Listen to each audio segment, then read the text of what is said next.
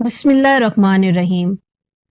अल्लाह के नबी हजरत मोहम्मद सल्लल्लाहु अलैहि वसल्लम, जिन्हें अल्लाह ने रहमतुल लिल आलमीन बनाकर भेजा, जिनकी सच्चाई, ईमानतदारी और नरम मिजाजी की गवाही लोग ऐलान नबूवत से पहले भी देते थे, लेकिन जब हजूर पाक ने तौहीद का पैगाम सुनाना शुरू किया और बातिन के निज़ाम को ललकारा, तो मक्का के वही लोग और वही सरदारान जो कभी मोहम्मद सल्लल्लाहु अलैहि वसल्लम की तारीफ व तौसीफ करते नहीं थकते थे, वो हजूर के सख्त दुश्मन बन गए।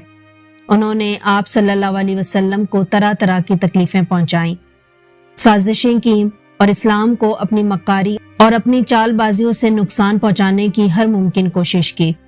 इन्हीं इस्लाम दुश्मनों में एक नाम उम्मे जमील का है। उम्मे जमील का असल नाम अरवा बिनते हर्ब था। वो कुरैश के एक ताकतवर और मुअज़्ज़िज़ कबीले बनु हाशिम से ताल्लुक रखती थी। इसका बाप हर्ब बिन उमैया मक्का के बड़े सरदारों में से था।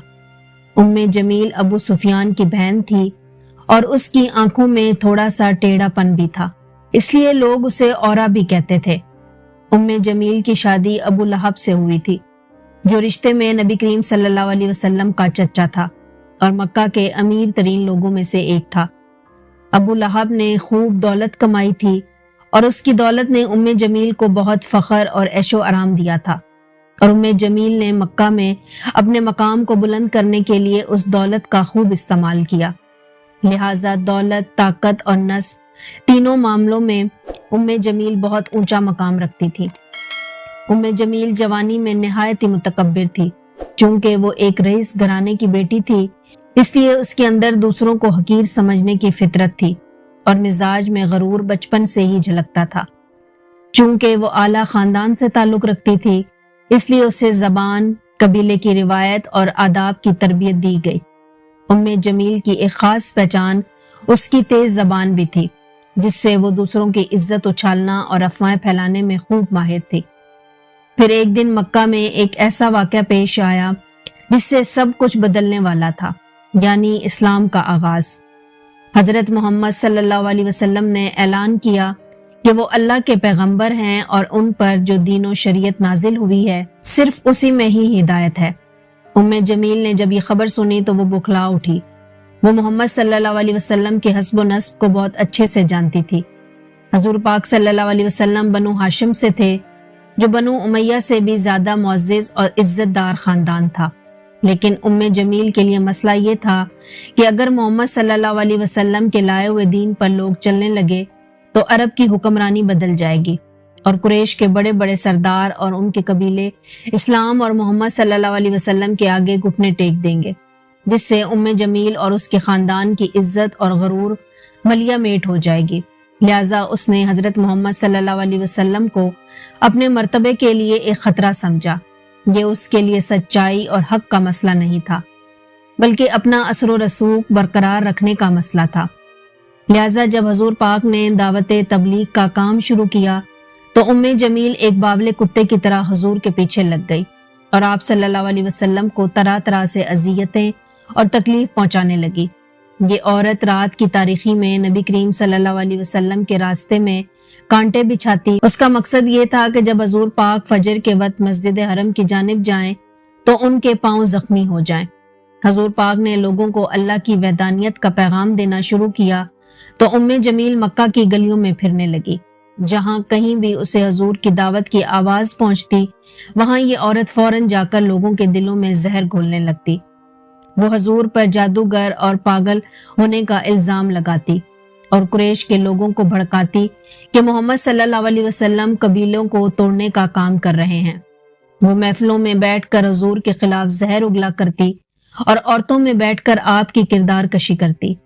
एक मर्तबा नबी करीम सल्लल्लाहु अलैहि वसल्लम बीमार हो गए और एक या दो रातें तहज्जुद के लिए ना उठ सके, तो उम्मे जमील हजूर के दरवाजे पर आईं और ताना देते हुए बोली कि ए मोहम्मद, मेरा ख्याल है कि तुम्हारा शैतान तुम्हें छोड़ गया है। इस मौके पर अल्लाह ने सूरह अज़-ज़ुहा की ये आयत नाजिल की कि कसम है उस दिन की रोशनी की और रात की कि जब वो सुकून पकड़े, आपके रब ने ना आपको छोड़ा है और ना वो आपसे नाराज हुआ है।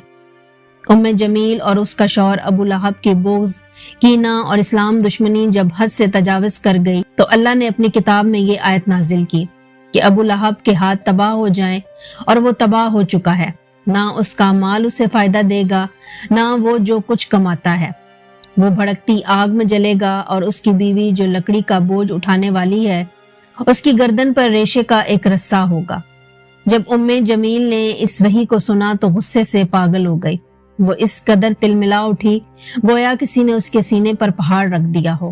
اس نے ہاتھ میں ایک پتھر اٹھایا اور گلیوں سے چلتی ہوئی حضور کو تلاش کرنے نکل پڑی۔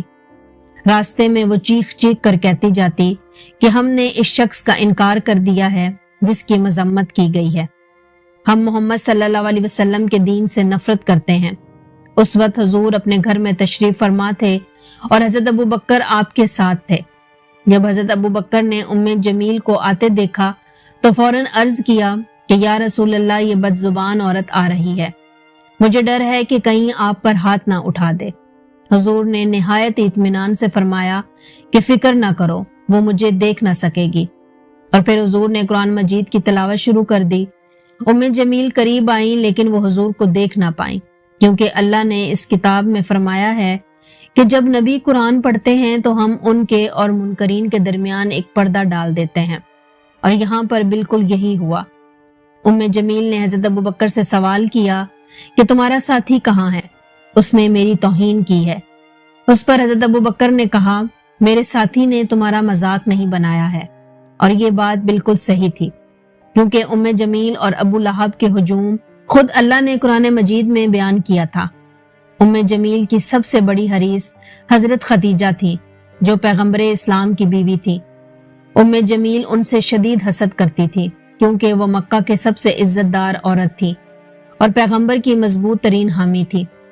جمیل اکثر ان کا مذاق اڑاتی اور مکہ کی عورتوں کو ان کے خلاف اکسا کر انہیں بدنام کرنے کی کوشش کرتی، لیکن حضرت خدیجہ نے صبر کا دامن نہیں چھوڑا، اور ان کا ایمان جمیل کی نفرت سے کئی زیادہ مضبوط تھا۔ جمیل نے حضور صلی اللہ علیہ وسلم کو ذلیل کرنے کے لیے اور مسلمانوں میں خوف پیدا کرنے کے لیے اسلام کو روکنے کی ہر ممکن کوشش کی۔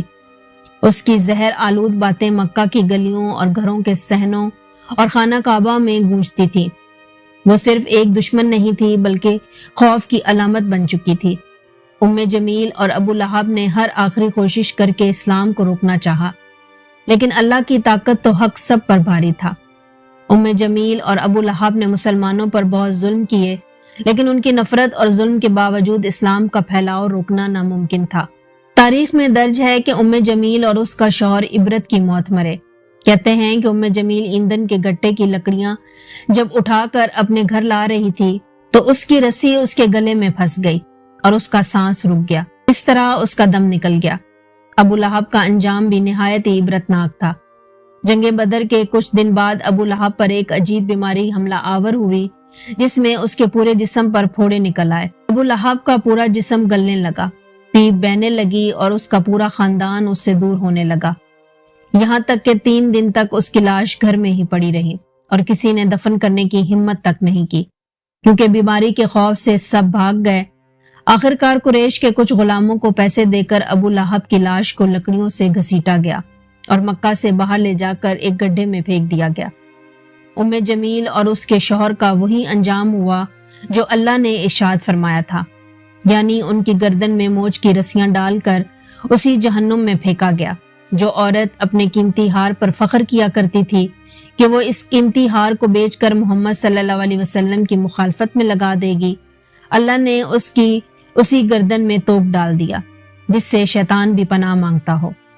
یہ واقعہ قیامت تک آنے والے ان تمام لوگوں کے لیے ایک سبق ہے جو حق کے آگے تکبر کرتے ہیں، ظلم کرتے ہیں اور اللہ کے بھیجے ہوئے راستے کی مخالفت کرتے ہیں۔ دنیا کی طاقت و حیثیت اللہ کی پکڑ کے آگے کوئی حیثیت نہیں رکھتی۔